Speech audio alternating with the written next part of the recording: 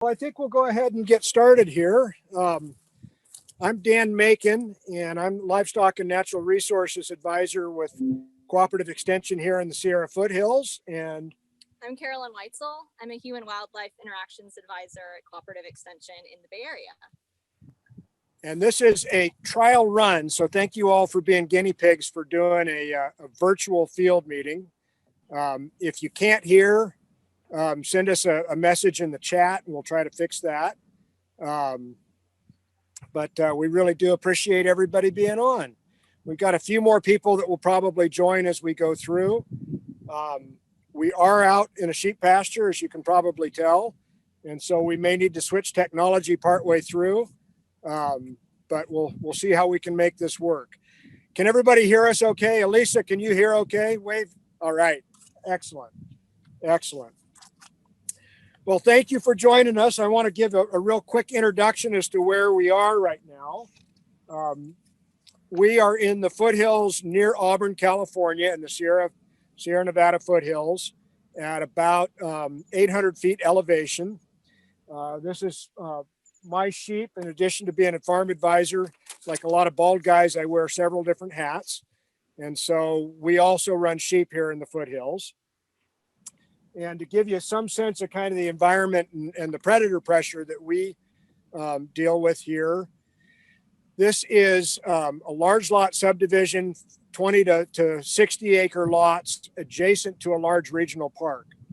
And so we've documented everything from coyotes and foxes and bobcats here where we run our sheep to mountain lions. I've actually got trail camera photos of mountain lions near where we lamb out here in this property. So predator pressure is pretty significant. We are a spring lambing, pasture lambing operation. So in about 5 weeks, the sheep that you can see in the distance behind me here will start to lamb, and we'll lamb right out here on pasture. We don't have any kind of barns or actually even any permanent fence that we run our sheep in. And so dealing with predators, particularly during lambing, is a pretty important topic for us. And that's where these guard dogs come in. We've got right now about 115 head of sheep. We probably have more dogs than we need at the moment. We've got 3 livestock guardian dogs, 2 with this bunch in a big pasture, and then 1 that's guarding our rams at the moment. I think you'll be able to meet this guy here in a second, but the guy taking a nap here behind me is Elko, and he is a Pyrenees Akbash cross. He's coming on 4 years old, and we have another younger dog that's working with him in this pasture named Dylan. So we'll feed them here in just a second. We also use herding dogs quite a bit, and we found that our guard dogs are absolutely fine with our herding dogs. If Carolyn brought her dog here and our guard dogs had never met her dog, they would not be fine with it. So it's really interesting to kind of watch that relationship take place. So with that, Carolyn, I think I'll turn it over to you for puppy selection, and maybe I'll plug this in since we're not using the microphone. Okay, great idea. Hi, everyone. All right, so if you've decided livestock guardian dog is going to be a good fit for your operation, how do you go about finding which one?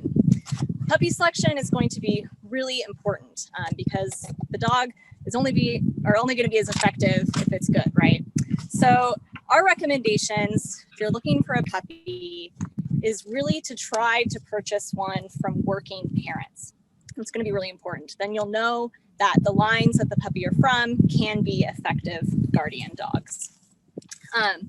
Make sure that when you get it, just like you would a normal pet, the puppy should be at least 8 weeks old. It's important for it to stay with its mom until that period. And if you're new to livestock guardian dogs, and this is the first puppy you're getting, and the puppy was born and is being raised with livestock, some breeders will be willing to let the puppy stay with them a little bit longer to get more exposure to livestock before you pick it up and take it home. So if that's something you're interested in, we recommend chatting with the breeder and seeing if that's an option. Now, another reason why buying a puppy from working parents can be so beneficial is because then the puppy will be exposed to livestock at a very young age.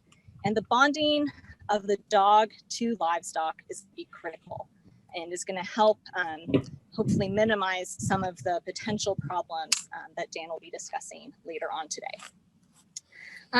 People often ask me, well, okay, what breed, right? There are lots of different types of livestock, breeds of livestock guardian dogs that are from different countries. They all have been around for centuries. They've been bred specifically for the purpose of guarding livestock. So some of the common breeds that you'll find or hear about in the US are going to be Anatolian Shepherd, Maremma, Akbash, Great Pyrenees. Those are different options. Now, of course, crosses are also really common. So the dogs that Dan has, as he mentioned, are crosses. Often you'll hear them referred to as white dogs because livestock guardian dogs breeds typically are white, and crosses can be just as effective as purebreds. But the real key, if you're getting a cross, is to make sure that the cross is of two livestock guardian dog breeds. You don't want a cross where they've taken one livestock guardian dog and bred it to a non-LGD breed. That really is going to reduce the likelihood that the dog may be effective. So we really recommend making sure that you're, if it's a cross, it's at least of livestock guardian dog breeds. Some newer breeds to the US that you still may hear about are Central Asian Ovcharkan, Kangal, Karakachan, and Gao de Transmontano. And really, when it comes between the breeds, there's still ongoing research on effectiveness, but so far, the research really shows that there's as much variation between individuals as there is between livestock guardian dog breeds. There's been some, small differences they found with some of the purebreds versus white dogs in terms of effectiveness, but overall, they're all going to be fairly similar. And again, that's where I would really recommend talking to the breeder and learning more about the parents and what the parents' behaviors are with the livestock and also in the setting they're in, because that's going to give you a better idea of what to expect from the puppy than just from what the breed is known for. Let's see, of course, like with any dog you purchase, make sure that the puppy you're getting is healthy. Some particular things to look out for if you're going to be using them for working. You want to avoid any puppies that have ectropion eyes. So that's where the eyelids are very saggy. So I'll take these off. And you may have seen these in other breeds as well. But the issue with livestock guardian dogs having ectropion eyes, so like really droopy eyelids, is it increases the chance that they can get something stuck in it and it can get infected, right? Because these dogs are going to be outside working in pastures all day. So that can be a potential problem. Of course, make sure the dog isn't missing any, or puppy isn't missing any hair. The eyes are clear. They're not too thin. You want them to be robust and healthy. So make sure that you're happy with whatever puppy you're getting there. You can check the teeth again, right? You don't want potential teeth issues. So teeth should be straight. They should have a proper bite. And also, you can check that the markings of the puppy match what you should expect from the breed that it's supposed to be. So if the markings don't match what you are expecting them to look like, that could be a sign that maybe one of the parents isn't who they thought it was. So, if your dog looks like a golden retriever, it's probably not an Anatolian Shepherd, right? So check, make sure that the markings are what you would expect them to be.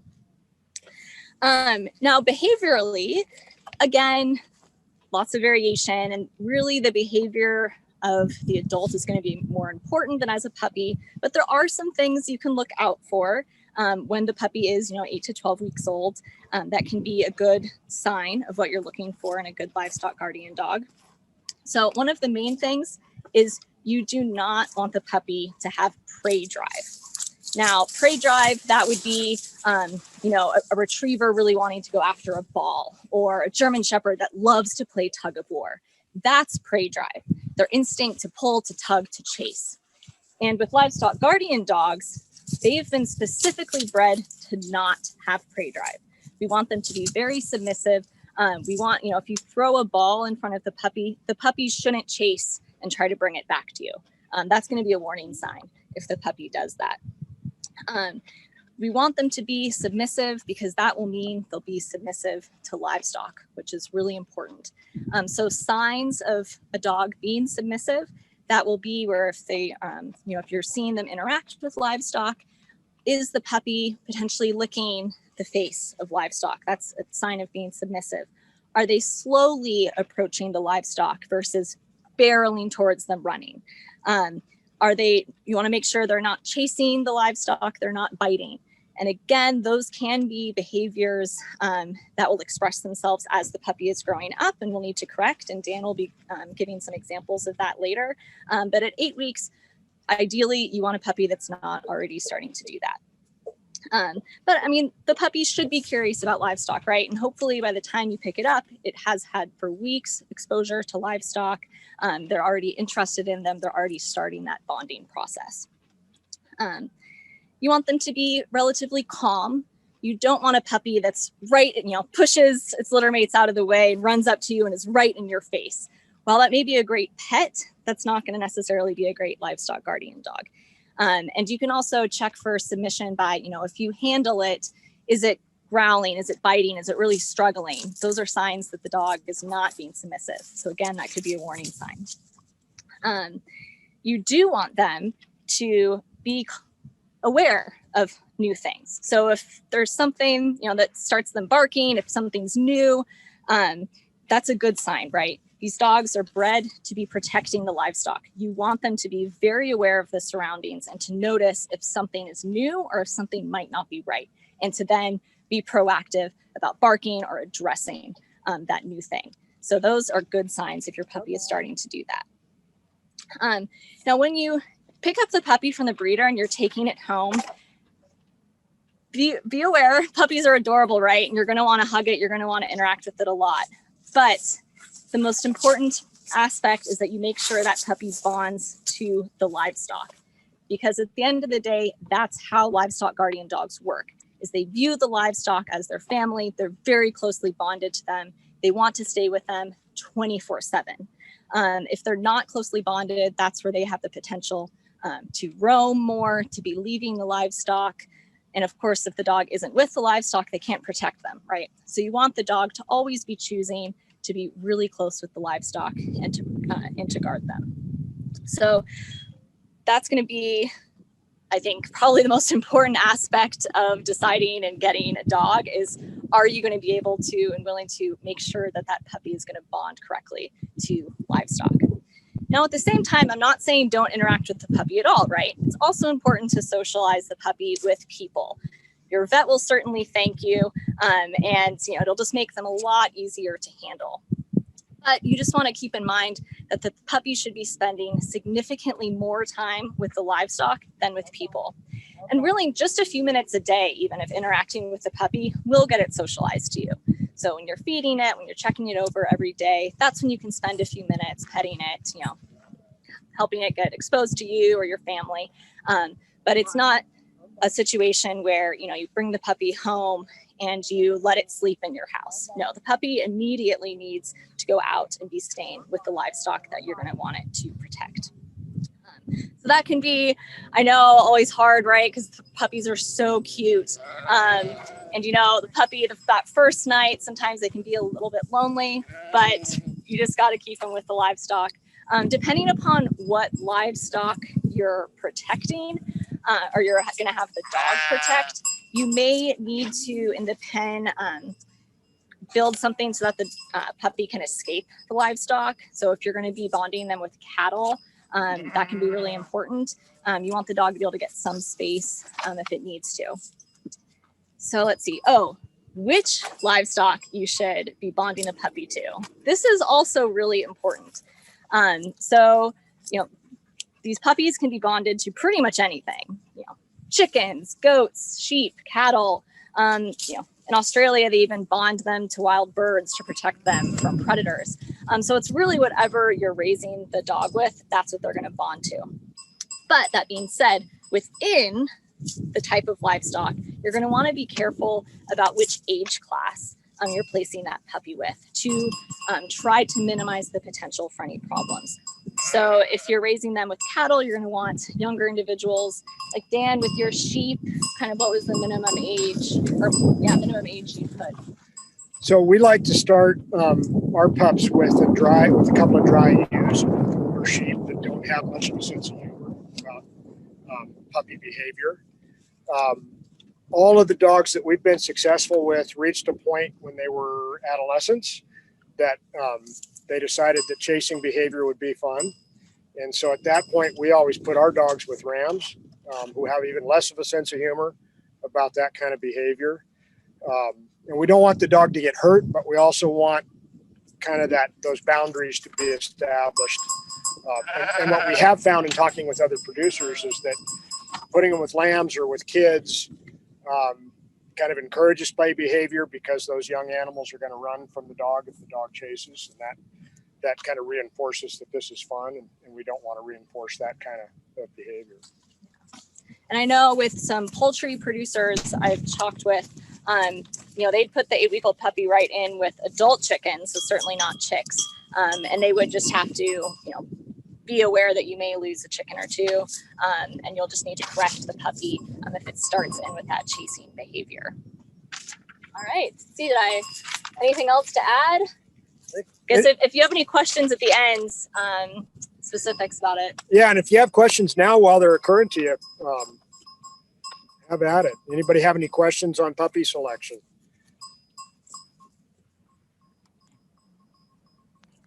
Hi, this is Shelby. I had a question. I put it in the chat. But how long would you leave a puppy with its parents past that 8-week period of weaning? I always remove them from the parents at 8 weeks. I know some people will keep them around a bit longer, but I mean, if the parents are working, the parents are going to want to be going back to work and staying with the livestock. Yeah. So I'd say the real key is making sure the puppy's with livestock. Yeah, there's in the literature, there's some discussion about whether you should try to bond pairs of puppies or single puppies. I've always done single puppies because I felt like I wanted their attention on the livestock. The opposite of that school of thought would be that they'll play with their sibling rather than playing with livestock, and maybe that's a good thing.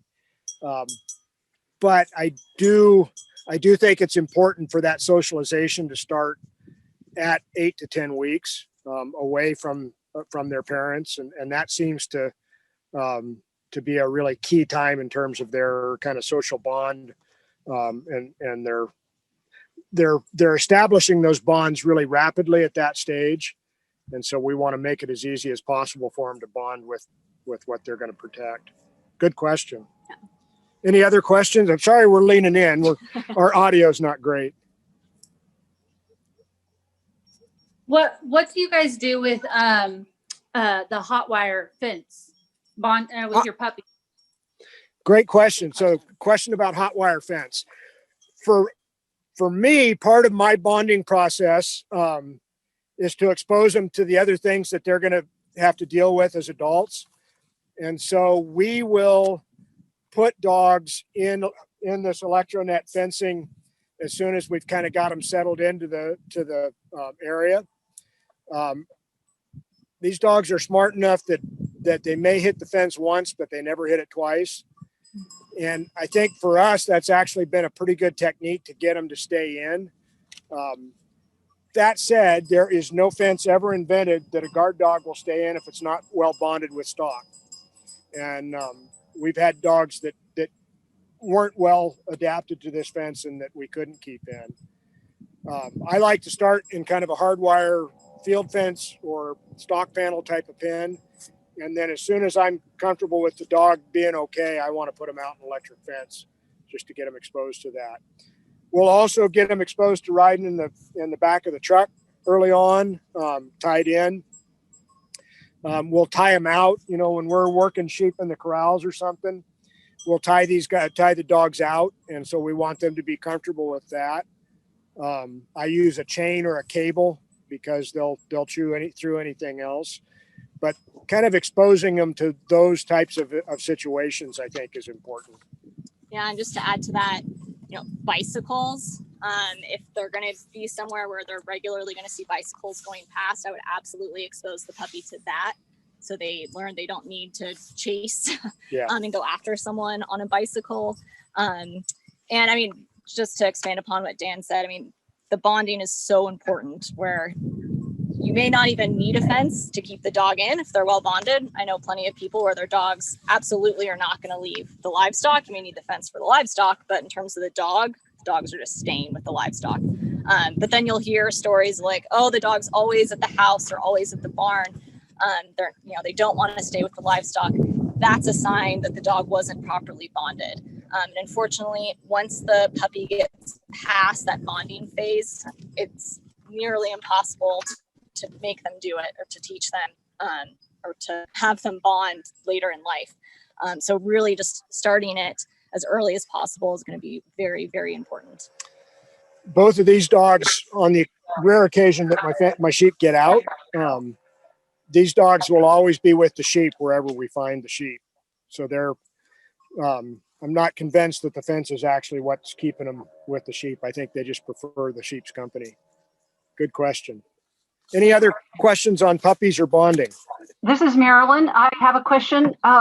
When you put an 8 to 10 week puppy in a field, have you had any problems or do you have any concerns with parvo? With parvo, so that's a great question. Segue to our next topic is kind of the care and feeding and cost of these dogs.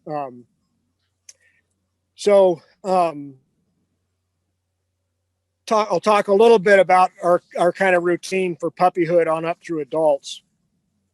We feed just as you would any other dog. We feed a pretty good puppy dog food for the first full year. Tends to be higher in fat, a little higher in protein than regular dog food.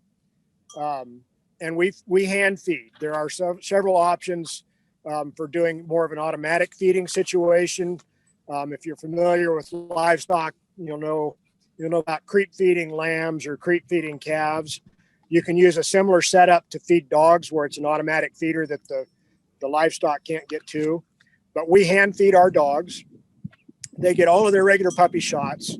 So the short answer, Marilyn, is yes, we are concerned with parvo until they've had their full vaccination taken care of. We tend to keep our dogs at that age at our home place in a smaller pen where we know we haven't had parvo. And most, that allows you to kind of observe the dog more carefully. I should say that this pasture is about 7 miles from our house. So the dogs here are in charge when I'm not here. But I wouldn't bond a puppy out here. I'd bond a puppy with sheep at the house where I could keep a closer eye on it. Thank you. We, with our adult dogs, as you might imagine, they eat a fair bit of dog food. Our cost per dog for food and vet care over the course of the year is about $400. And Elisa Noble will know that I actually married my vet.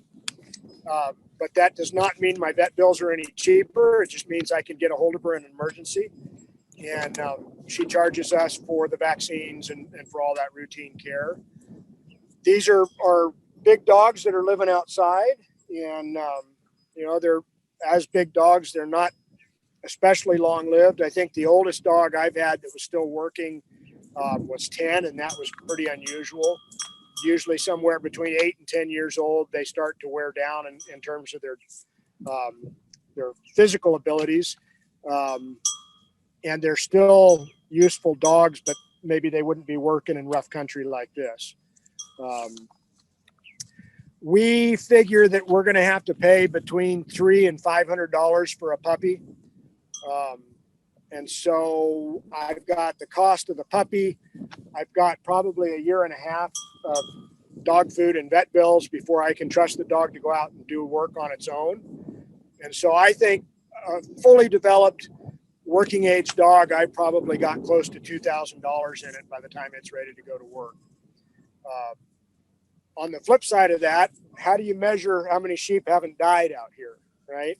So how do you know what the cost benefit is of running these dogs? I can tell you in our situation, the only time we've lost sheep to predators is where we didn't have a dog with them. I don't know if the dog would have prevented that had the dog been there.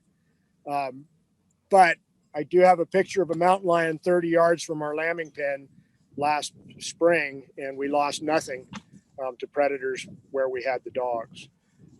So I do think there's, at least for me, the peace of mind is part of that benefit side of the equation on these dogs. We like to feed the dogs every day because we're out here checking electric fence and checking the sheep.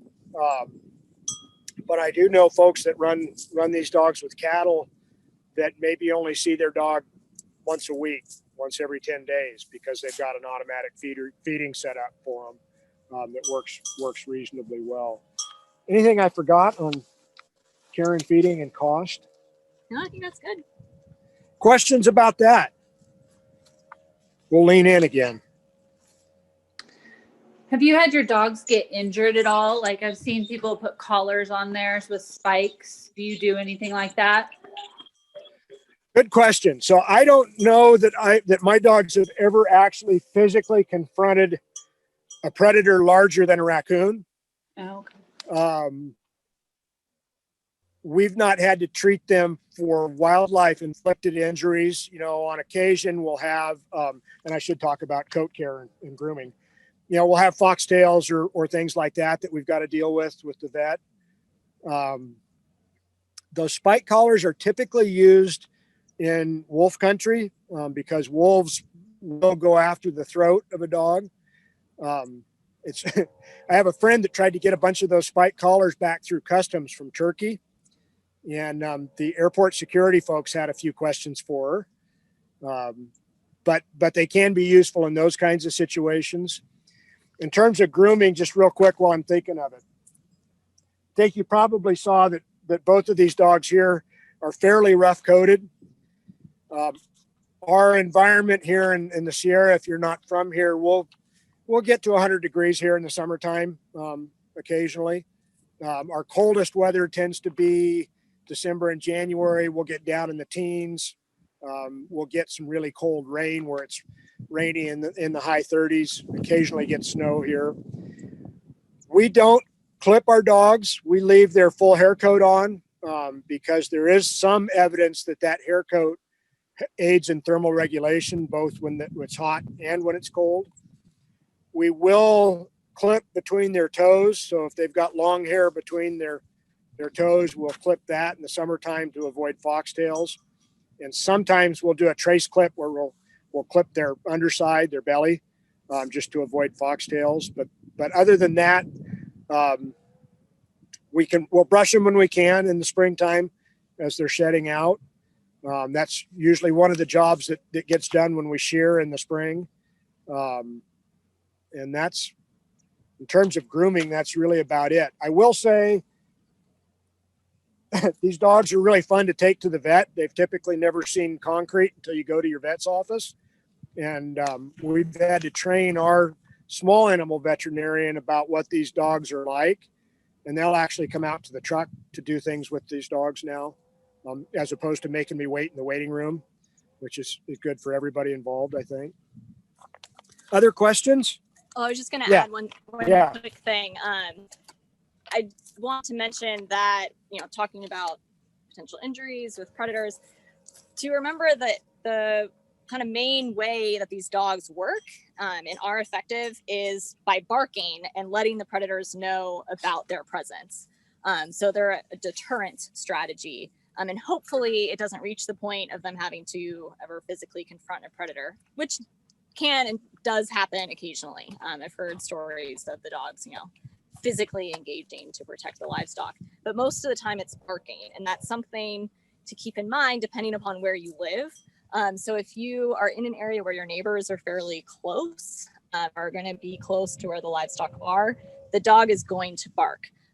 So think about that. Are you going to get a noise complaint, or are your neighbors, not going to be happy about that? so maybe the dog isn't right for you in that situation. Because now they're being very quiet, but when we were setting up for, an hour, they were barking incessantly. And I was like, oh, this will be a great example of what the dogs are like. But of course now nothing's setting them off. But that is just something to keep in mind. And that's another good point in that bonding / training process. I never scold a puppy for barking. I want them to think that that's acceptable behavior when something's out of the ordinary in their environment. And they will figure out as adult dogs, these dogs don't bark unless there's something to bark at. Now that may be that the neighbor's cat is cruising up and down the fence line, but they're going to bark at it. But they're not just going to bark incessantly if they have a job to do. I get calls frequently from our animal control office here in Placer County about nuisance complaints with dogs on small properties. And the dogs that don't have a job may bark out of boredom, but out here, unless there's something to bark at, they're pretty quiet. Any other questions about any of that stuff?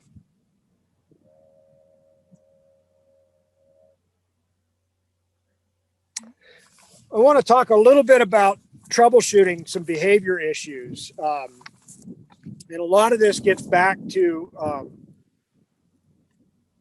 going to let a couple people in here.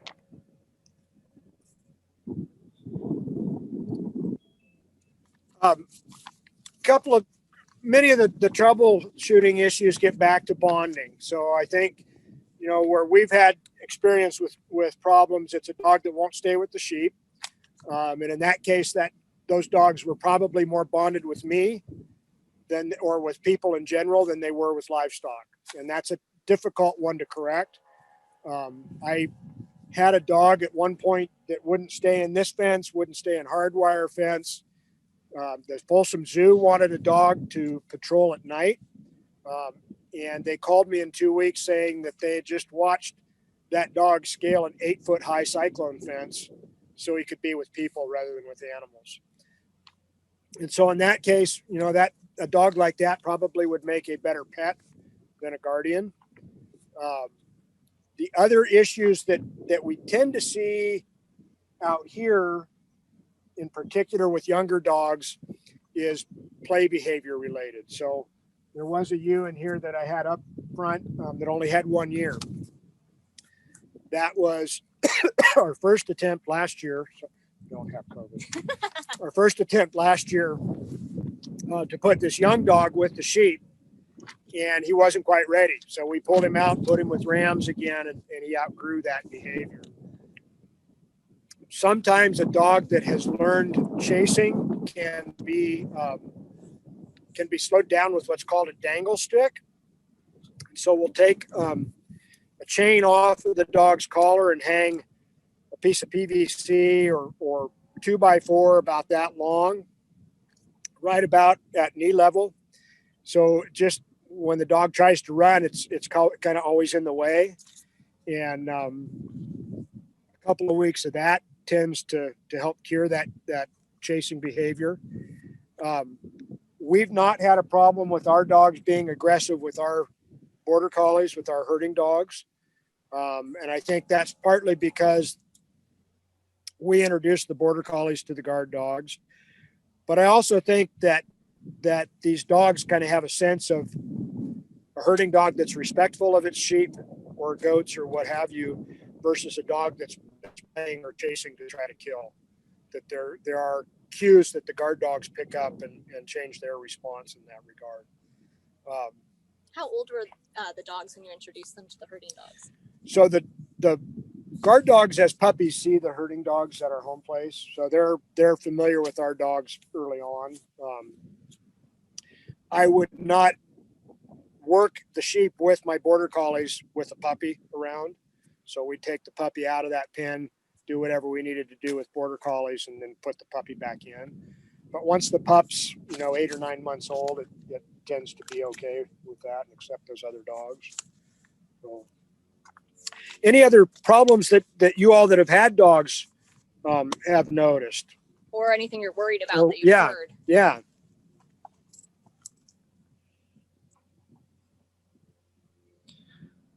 we'll talk a little bit about liability issues.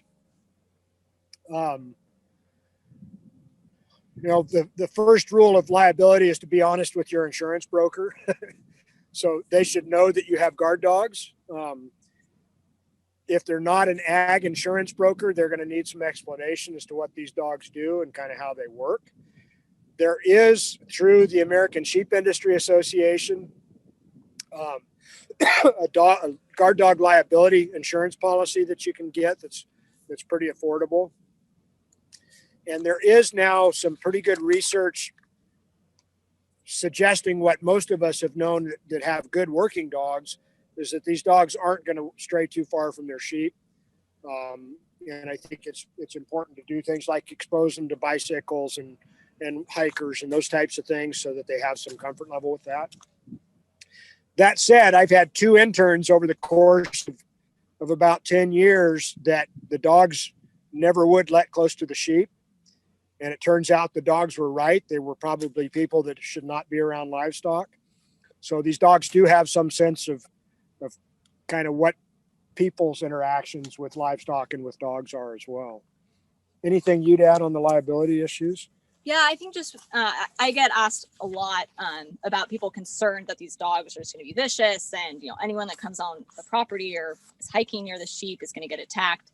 And again, that's where the socialization is so important. And I'm not saying that it won't happen if you properly socialize, right? I mean, a golden retriever can also bite someone, but the dogs that I've interacted with, I mean, even here today, this was my first time coming out, meeting these sheep, meeting these dogs. I was with Dan and both dogs let me pet them and were very submissive to me and were fine. And that's been my experience with other guard dogs, whereas, I'm not running up to the sheep. I'm just walking by the flock and the dogs have had no problem with that whatsoever and just ignore me. So really, I think, if you socialize the dogs and you get them from good parents and from a good breeder, they absolutely can be safe for people to come onto your property with. Just one other note kind of on general behavior. This paddock behind me is about 15 acres. We do sheep herder CrossFit training when we build fence out here because it's so steep. But these dogs, when they first come into a paddock like this, will patrol the entire boundary. They'll go along the fence line. They tend to defecate and urinate along the fence line when they first come in. But that, I think, does a couple of things. It kind of helps them understand where they are. I'm pretty sure it also sends a message to the predators in the environment that there's a dog here. And so I think it'd be interesting at some point to see what happens to those scat piles when we pull out of here, what the coyotes and the other predators are doing out here. These dogs will also tell you if there's a hole in the fence, even if they're well bonded. There's a fence down. When I put sheep into a new pen, dogs will patrol, come out of the fence and come find me, and we'll figure out what we've got going on. So it's a pretty interesting system. Any other questions on guard dog liability or troubleshooting or problems or any of that? Hey, Dan. Hi there. Cole here. I have a question about our guard dogs. How about guard dogs who can straight up clear electric fences in jumping over? They stay generally near the stock, but they're able to jump back and forth into the paddock and out of the paddock. So I've had dogs, and actually these dogs out here, if they wanted to, could do that. I think the short answer is it's a bonding issue to some extent. But I think when that starts to happen, there's a couple of things that I've tried. One is that dangle stick. It just makes it a little more uncomfortable for them to jump. And I can send you kind of the specs for making one of those. If that doesn't work, I have also tried putting a higher wire across. This is 42-inch electronet. I'll run a smaller paddock with another wire at about 48 inches, hoping that the dog will see that and decide it doesn't want to jump it. We've actually, on a couple of occasions, if I had a dog that wouldn't stay in, and out here where the sheep are right now, if a dog doesn't stay in, it can get on the road. It can get into trouble at the neighbors. I can't keep it. And so at some point, I think there's a point where we've had to just say, this dog's not the right dog for us. Mhm. We'll find a place that's more of an open range type outfit that doesn't need to worry about fence jumping. Mhm. And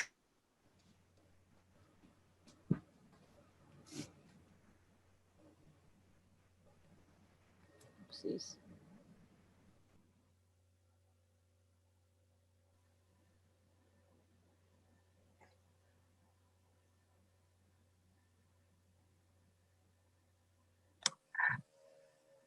all right, are we back? Yes. Oh, good. And we can hear you better now. Did that answer your question, Cole? Yes, sir. Thank you. Thank you very Yep. much. I wish there was an easy fix to it. That's a tough one. Yeah, yeah. And Do they fit the program or not? That Yep. comes down to it. One more last question. Have you ever used GPS tracking? Have you ever used GPS trackers? Yes. Yes, we have. I've got several different things I'm working on with that. As you can tell, this current demonstration of guard dog behavior is really dynamic. They've gone back to sleep in the shade. So you guys are probably all impressed with how these dogs are guarding. We've used some GPS trackers that store data on board just so we can show people what their behavior patterns are. And as you would expect, they're much more active at night. Out here when we're lambing, as the sun's going down, the dogs are starting to patrol the boundary of the paddock because of the coyotes around. So we have used that. We've also used a cell-based tracker that is designed to put on delivery vehicles. And if you've got cell service in an area, these kinds of trackers are a really good option because you can look at the dog's location in real time on your phone or on your computer. The one that we've used is called an Optimus tracker. And I will send everybody the link to that website when we're done. There's also a tracker put out by Digital Matters called an Oyster, which has much longer battery life. It's used on shipping containers on the ocean. And again, you have to have cell coverage, but you can get like a year's worth of battery life out of those trackers. And Texas A&M is using those quite a bit. And they work the same way. You can get the information on your cell phone. The reason for all that is that I'm both a farm advisor and a sheep herder, so I have no budget for that kind of stuff. The Garmin collars are $300 to $500, pre-made collars.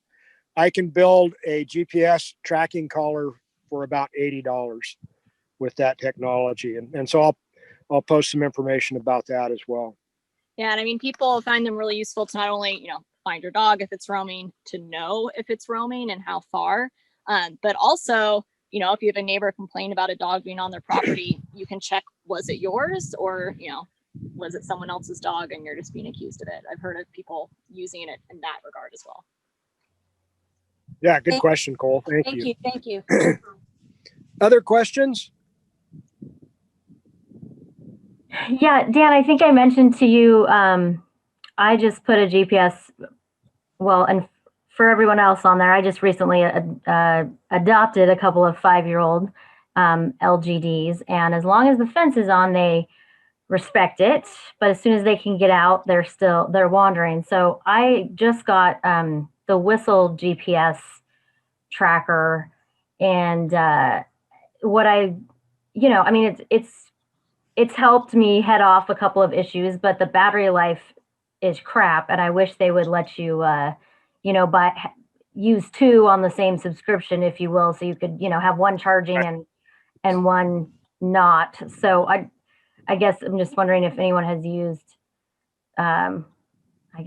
even if there was just one of them that it has to go to a subscription. Obviously, I know you got to buy the yearly subscription, but charging it every 4 days, and then I've essentially got a 24-hour period where the tracker is not on the dog does not seem particularly useful. I think those oyster trackers would be worth trying. Okay. And I think I'll post a link to Texas A&M's information on those. Those run, I think, on AA batteries, and they have much longer battery life than the Optimus and some of these commercially available ones. On the GPS store on board trackers, I just ordered some from a researcher up at University of Idaho that I'll be able to get about 6 months of battery life out of. And I think somebody with a little more electronics know-how than I could take these batteries and solder them to the cell trackers and get extended battery life. So that's what I've done with the other GPS collars that I've done, and I think there's probably a way to make that happen. So the Optimus and the Oyster ones, do they tie to your cell phone to give you the data in real time through a subscription? Yeah. Same concept? Yep. Okay. Through a subscription. I haven't tried the Oyster one. The Optimus, you can actually draw yes. virtual fence, and it'll send you an alarm. Yes. And I found by experience that draw your virtual fence a little bigger than what your actual fence is. Otherwise, you're going to wake up, half dozen times a night with the alarm going off. But I discovered that as well. Yeah, I discovered that as well. And especially if there's not great cell service, right? So I do try to not panic and refresh it a couple times, but then when it is really you got to get out there. Right. Exactly. And again, I think these are all tools that are helpful. It all starts with kind of having the dogs bonded well at first. And I know that doesn't help folks that are dealing with older dogs that have some issues. But what we've realized with our dogs, as I paid more attention to that bonding process, our success rate went way up. Can you hear that? Dylan thinks there's something at the neighbors that shouldn't be there. So, Dan, could I also ask, again, the situation where I got Joe's dogs, and my sheep had previously only been with mini donkeys. And so my sheep still think that these two livestock guardian dogs are going to kill them, even though they're very chill for the most part. I guess just any other thoughts on, getting your sheep used to the dogs too. I think I meant to hit on that when we talked about bonding. I think the bonding process works both ways. The livestock have to be bonded to the dog and vice versa. And I think that takes time in a situation like yours, Elisa. We've bought 150 ewes several years ago that had never been around dogs.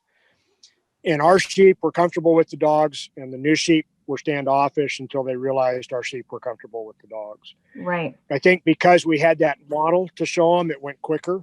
I think if it would have been just the naive sheep, it would have taken a much longer time for that bonding process to happen. That's a good point. I know Kat Urbakite, who writes a lot about dogs from Wyoming. She's bonded dogs with cattle, and she's found that naive cattle, particularly in wolf country, when they first see the guard dogs, are not real enamored with the dogs. But if those dogs go out with the cattle that they were bonded with, the naive cattle figure it out in a day or two, and then everything's okay. I think in some ways it's much like grazing behavior, where if mom is comfortable with the dog, the lambs are going to be comfortable with the dog in subsequent generations. And I think there's a lot of kind of generational learning that happens in that regard. One other thing I will note, and I've got a video that I'll share with folks. We try to get our dogs to be able to go to work by the time they're 2 years old. But their final exam is whether we can trust them out here with lambing ewes. We don't want them stealing lambs. We don't want them bothering ewes that are down giving birth. They need to be respectful, especially at that time, because the ewes are pretty vulnerable. And I've had this happen now with 2 dogs, where I had an older dog experienced with lambing with the younger dog the first time the younger dog was out with lambing ewes. And I caught video of this. The young dog approached a ewe that was in labor, and the old dog chased him off. And that was the last time that the young dog ever even worried about a ewe in labor. Now, you might think that that's, the Walt Disney version of guard dog training. What the older dog was actually telling the young dog is that the afterbirth is mine, stay away. But it reinforced the kind of behavior that we want to see at lambing time. And that's something that I will do as I'm bringing young dogs on, I think, in the foreseeable future. It has been a good test. And I think a dog that doesn't take that correction may not be trustworthy as a lambing dog. And that is one of the benefits. A lot of people, if they are using LGDs, they will place the puppy with an older, more experienced dog to help train the puppy. Any other questions on dogs? I have a question. It's Shelby again. Yes. Are livestock guardian dogs like the best guard animal? Great question. Do you work for Extension by any chance? I do. I will give my facetious sheep herder answer and then let Carolyn really answer it. So we have tried llamas, and my observation is that llamas were invented by Dr. Seuss, and that they work to the extent that they smell and look different than any other animal that a coyote has seen. My experience with the llamas that we used was when the coyote pressure got high enough, the llama strategy was to get in the middle of the sheep and point out the ones that didn't like to the coyotes. We actually lost sheep with llamas as guard animals. I don't know that it was the llama's fault. It may have been the environment. I think llamas really are more of a visual protector than a dog is. And so if they couldn't see something, it was tough to protect. What's your experience with that? Yeah, it's really going to depend where you're at, what predators you're trying to protect against, your situation. Our dog's just not feasible for your herd. Dogs may be more expensive versus llamas and donkeys eating potentially, depending what livestock you have with them, maybe eating the same thing. Llamas are not going to be effective protecting against mountain lions, right? Mountain lions hunt guanacos in South America, so they're not going to be effective for that. I've heard, people do use donkeys. Honestly, there's very little research done quantifying the effectiveness. It's really just anecdotal at this point. So some people do think the donkeys can be effective against coyotes. Again, may depend a lot. I don't know if you've known people using donkeys. I've only met a few. I would think that dogs are going to be more effective, but they come with downsides. So, maybe they just point blank are going to be an option for you, in which case maybe, changing your fencing, locking your animals in at night, that's an option. Trying a donkey or trying a llama may be worth trying. I've talked to a few people that have used donkeys with some success. This is not research based at all. In every case, they said we take the donkeys out and we start to lamb or kid, because the donkeys will try to protect the does or the ewes from the lambs, and that disrupts the kind of the maternal bonding process. There does seem to be some observational evidence that both donkeys and llamas are more visual, and so smaller paddocks where there's not a lot of brush or a lot of terrain can work well. Cole, we used a llama in some of our targeted grazing contracts where we were up close to urban areas. I'd probably not do that again. I'd probably take the extra time to educate the neighbors that the dog will bark if there's something to bark at. I've heard of people choosing female donkeys over males. just being more protective. I don't know if you've heard the same thing. Also, just having one individual. Yep. Because if you have multiple, they'd rather hang out with their own species Yep. Than your livestock. So they aren't going to be really protecting your livestock necessarily. So if that is the route you want to go, those would be some suggestions. Good question. Anything else on guardian animals? At the risk of making everybody motion sick, I think we're going to pick up the camera and talk a little bit about electric fence now.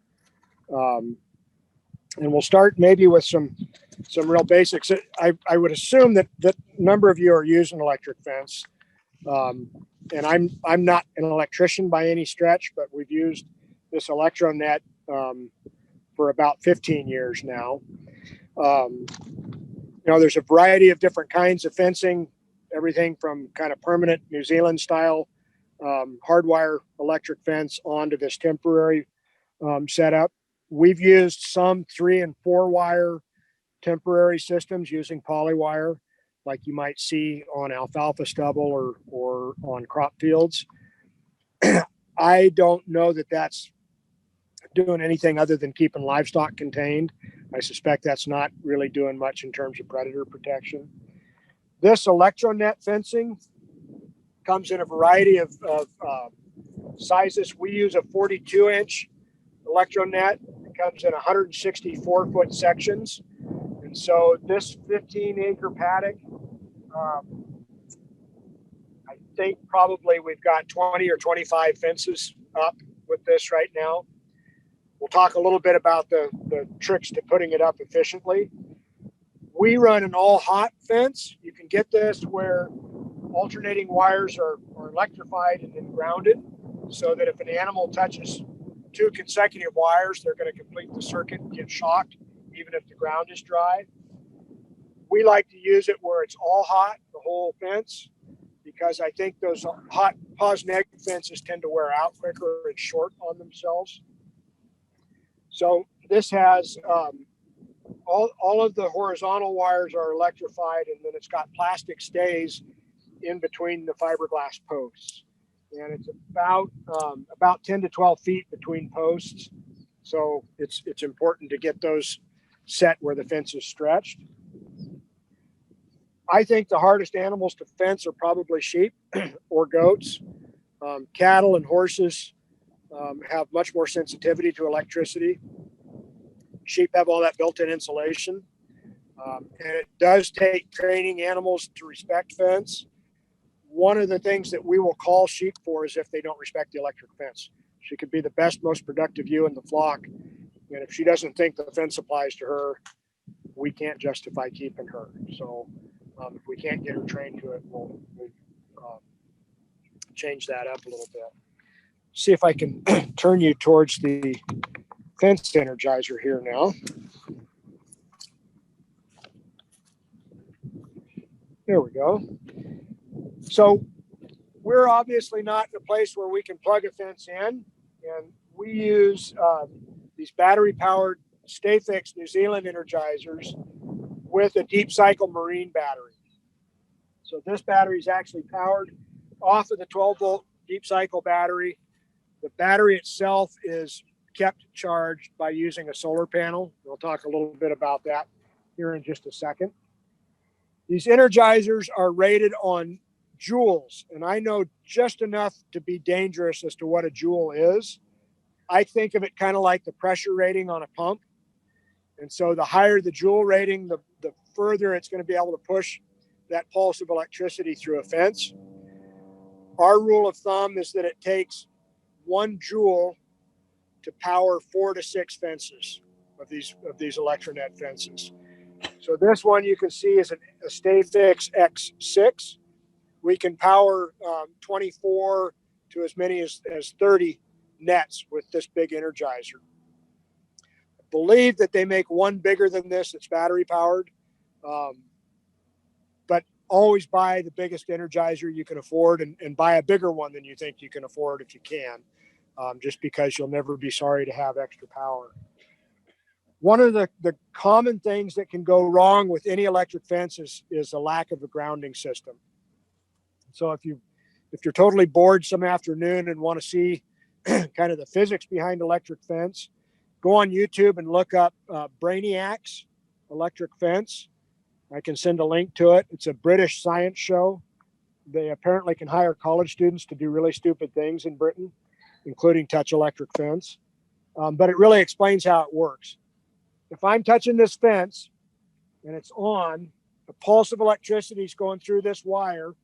It will travel through my body. If I'm making solid ground contact, it'll go back into the ground, into this ground rod, and complete the circuit. And when that happens, I feel a shock. So if the ground is really dry, if I have insulated shoes on, I'm not going to feel that shock. Same with livestock. In really dry ground, we really have to pay attention to the grounding system to make sure that they've got that, they complete that circuit. In dry ground, dry conditions, we'll do a couple of things. Right now, I've got one ground rod for this entire fence. If it were the middle of the summer, we'd have 2 or maybe 3 ground rods hooked in series 10 feet apart into the ground as far as we can get them. The other thing that we'll do in the summertime is add moisture to that equation. So I'll take one of these dog feeders behind me and I'll drive the ground rod through the center of that dog feeder. And then I'll pour water in that tub and let the water slowly drip around that ground rod. And that increases the grounding capacity of those ground rods as well. But that's probably the primary place that most electric fences fail, particularly in dry times of the year. Really focusing on the ground rod is important. The other piece of this, hold this up.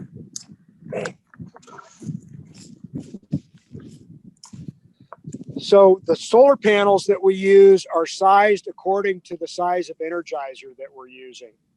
This is a big energizer that's drawn a lot of power out of the battery. And so with a 6-joule energizer, we're going to run 75 or 80 watt solar panels in order to have enough charging capacity to keep our batteries charged.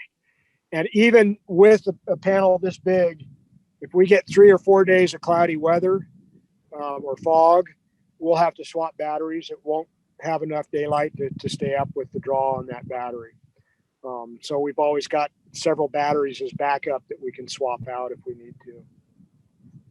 The last thing that I'll say about this equipment, in here we're in a community that's pretty safe, but you know, Cole, you were talking about doing targeted grazing.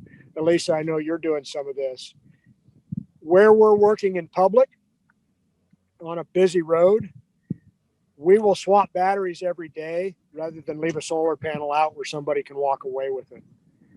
Most people won't know what a fence energizer is worth, but they'll know they can get $300 or $400 for a 80 watt solar panel if it'll walk off with them. And so we'll just swap batteries out. That is another reason to have guard dogs around. They're a little anxious about the equipment too.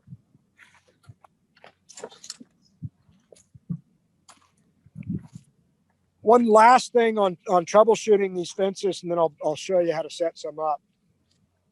You will get out, one of the really important pieces of equipment that you should have with electric fence is a fence tester to test the voltage going through the fence. I want a minimum of 5,000 volts going through a fence to keep sheep in. If you've ever grabbed a fence that's running that hot, you'll know that it definitely will light up your life. And I want a good pop if something hits it. This fence, when we got here today, was running about 8,000 volts. So it was running sufficiently hot. If you check the fence and it's running 2,000 volts, you've got a fault somewhere in the fence.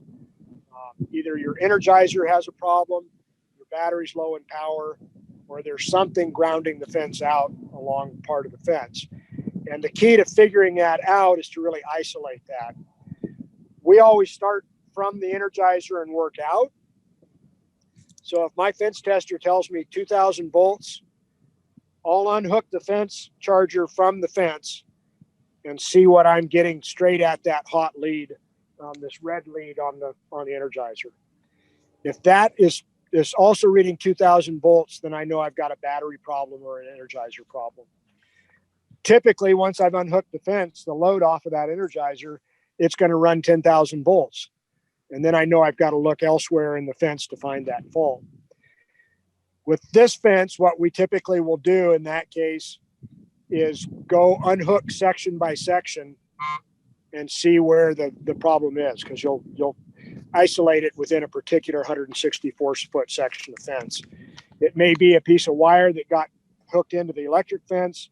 It may be a hot wire wrapped around one of the spikes on the fence. There may be a variety of things that could go wrong with that.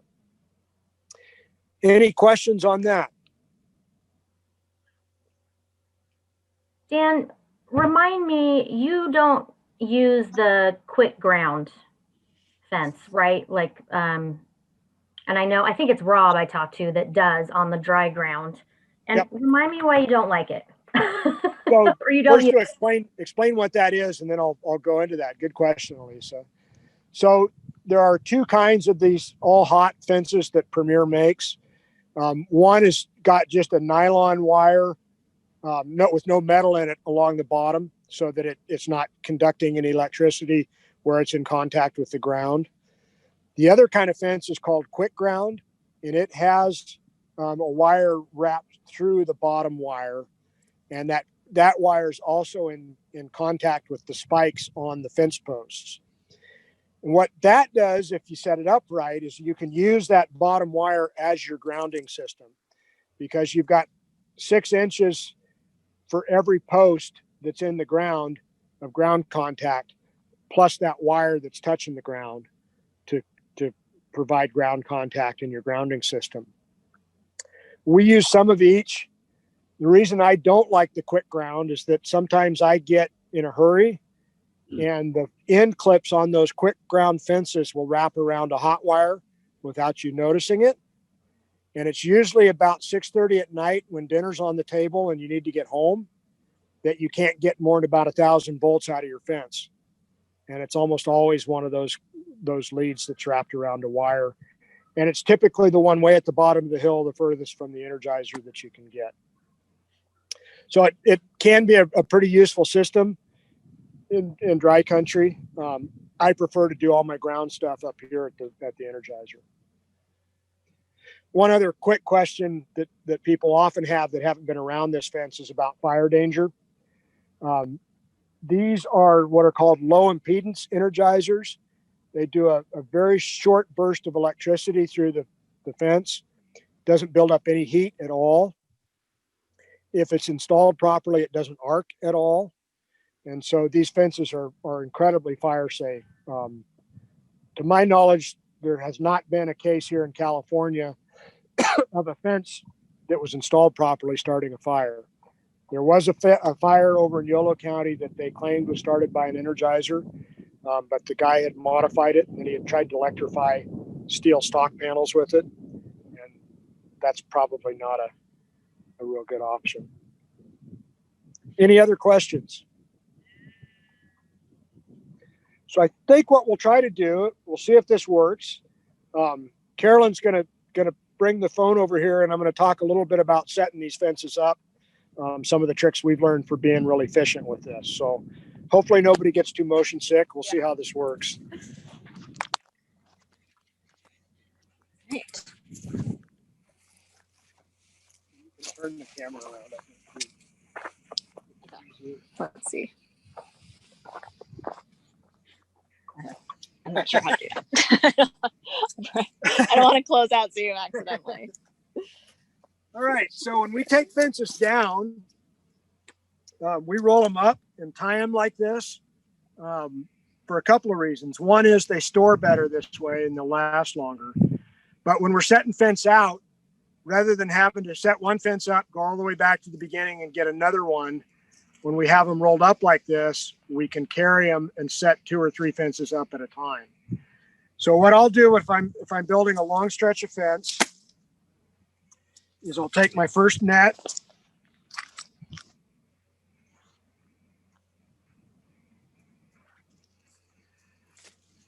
The other trick that I found as I became an extreme middle-aged person was that bending over to put these in was not conducive to back health. And so buying one of these rubber mallets will save you lots of wear and tear on your back. And they work even on dry ground like we've got right now. So I'll start with setting my first post.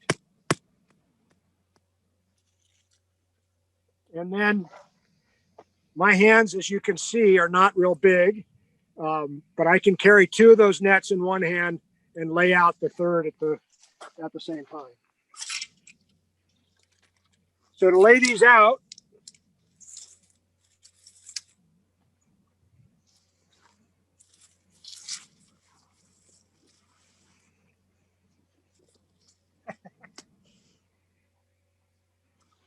sometimes you go back to the beginning.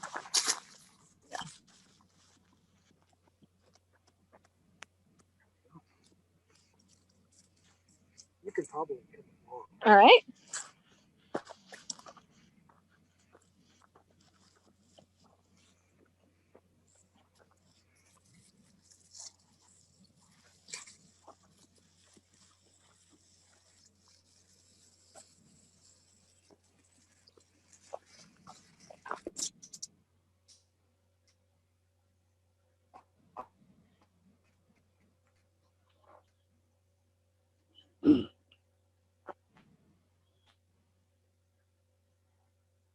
If anyone has any questions that have come to mind, feel free to shout them out.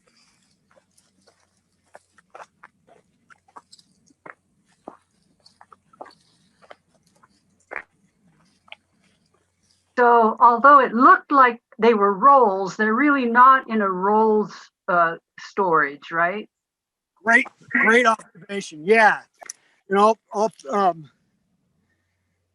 if we have time, I'll show you how I pick these up. You actually fold them back on each other so that it accordions out. I have had people borrow this fence from me and roll it from one end to the other, which is a good way to teach sheep herders new swear words, because it really tangles up the fence. But yeah, great observation. What I'll do if I'm doing 3 fences like this is go ahead and lay out all 3 and then work my way back setting posts so that I'm not backtracking any more than necessary. And when I set posts, I try to get tension between the post that's up and the new post I'm setting. So I'll brace it with a foot. And then the other benefit of having this hammer is that I can just walk along like this without having to bend over to pick up fence.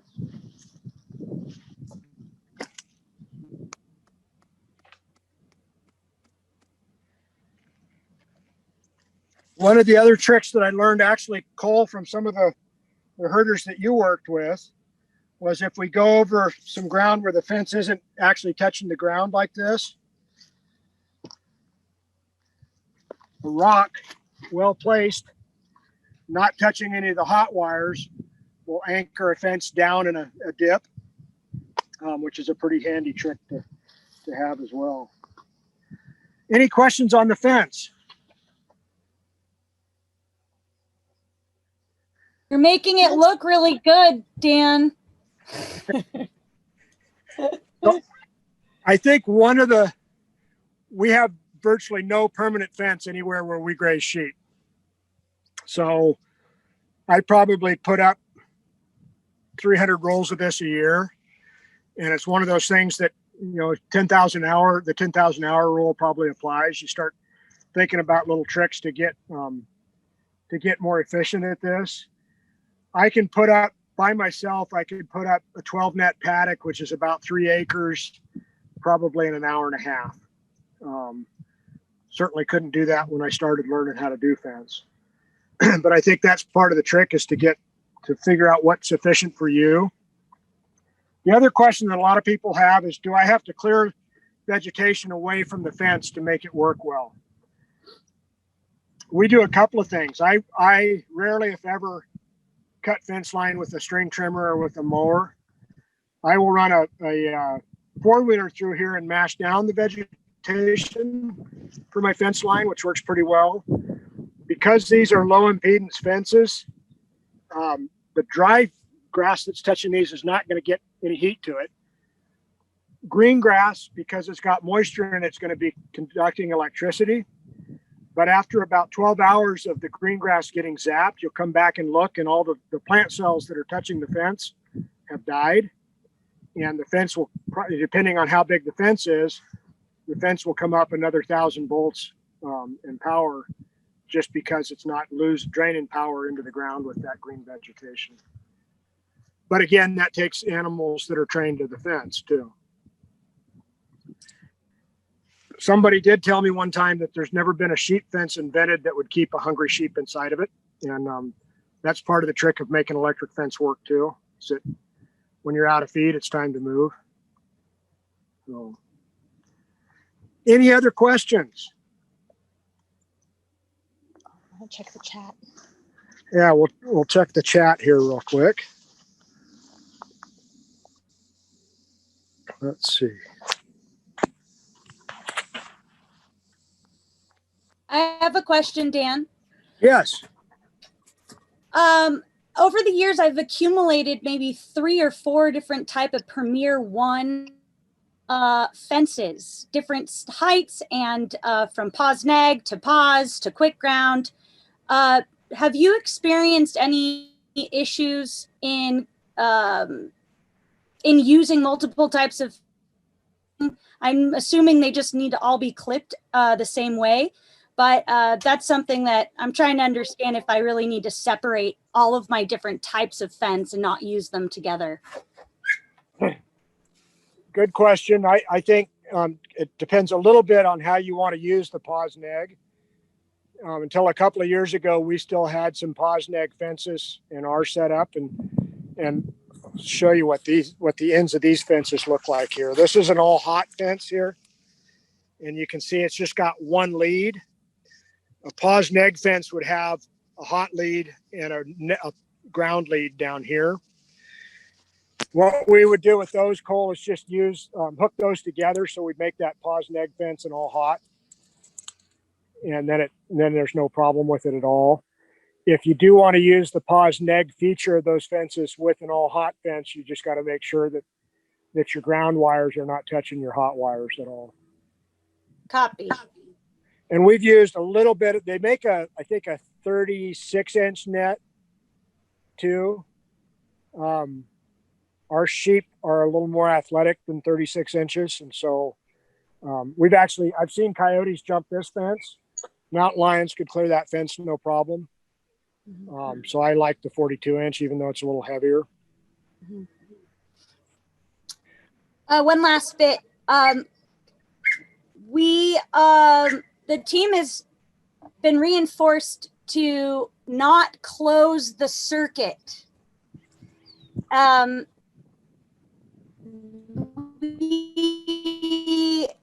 talked to Livewire folks about this a lot, and it seems like it's closing the circuit puts more pressure on. Do you not close your circuit? I've heard the Livewire folks say that too, and I've tried it both ways, and I don't know that it has made any difference for us. What Livewire will tell you is that it's harder on the Energizer to close the circuit, in which case you'd want to place your Energizer kind of in the middle of the run, so you got power going in both directions, equal distance. But I've not observed it making any difference, Cole. Okay. Can I ask a question? Sure. Have you settled on a specific way you like to repair fence? Yeah. Good question. So these fences come with repair kits of extra polywire with the metal in it, with brass clips and so forth. And again, this is something I've learned from working with some sheep herders on bigger outfits.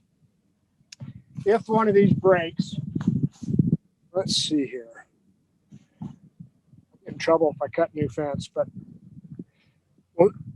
what I like to do is, if I get a break, I'll tie a square knot in the break as opposed to a granny knot. because a square knot will tighten on itself. And I'll leave a tail on either end of the knot, about 1.5 inches to 2 inches. And I'll wrap that tail real tight back on itself on either side of the knot. And that makes sure that we've got enough metal to metal contact to conduct electricity.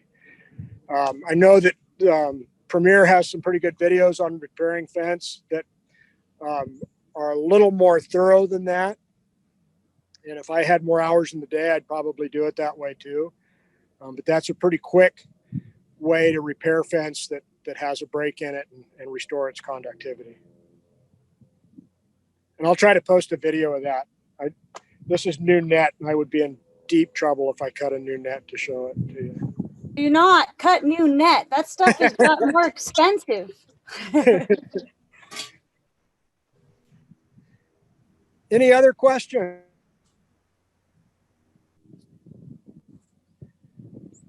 I think Carolyn and I were talking about this maybe as a parting idea when it comes to predator protection. I think predators get habituated to their environment just like we do. I think for me, that's one reason the dogs work, is that the dogs are responding. It's not passive. I think the predators would get habituated to this electric fence if it was here 365 days out of the year. But because we're moving it, by the time, the sheep will be in this paddock for maybe 10 days. By the time the coyotes have figured out that there's dinner on the other side of it, the fence will be in a new place, the sheep will be in a new place. And I think kind of breaking that continuity up, at least in my experience, is part of the overall package for us, kind of keeping the predators on their toes a little bit. I don't know if you had... I mean, yes and no. I certainly know people who have electric fencing that's permanent, and they found it to be very effective. But that being said, I mean, a coyote, as you mentioned, can jump it, and a mountain lion certainly can jump it. So it's a great tool. It's not a guarantee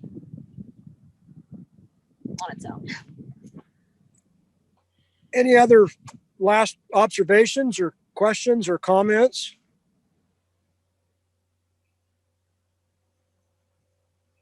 We really appreciate you all being guinea pigs for our first virtual workshop like this. I hope it was useful for you all. Yes, thank you. Thanks for letting us try you out on this. Thank you so much. And if you guys have any questions later, it was our contact information somewhere, feel free to reach out. We're happy to go over anything. Yeah, and I will send some follow-up information and a evaluation survey out for everybody that was on the call too. So. Oh, and a plug: if you do get a puppy, LGD will be starting a project looking at bonding. So if you want to participate, please do. It would just be a few surveys you'd have to answer as the puppy grows up. Cool. Be part of science. That's right. You can reference your dog in the future. All righty. Bye. Thank you. Thank you, guys. Thank you.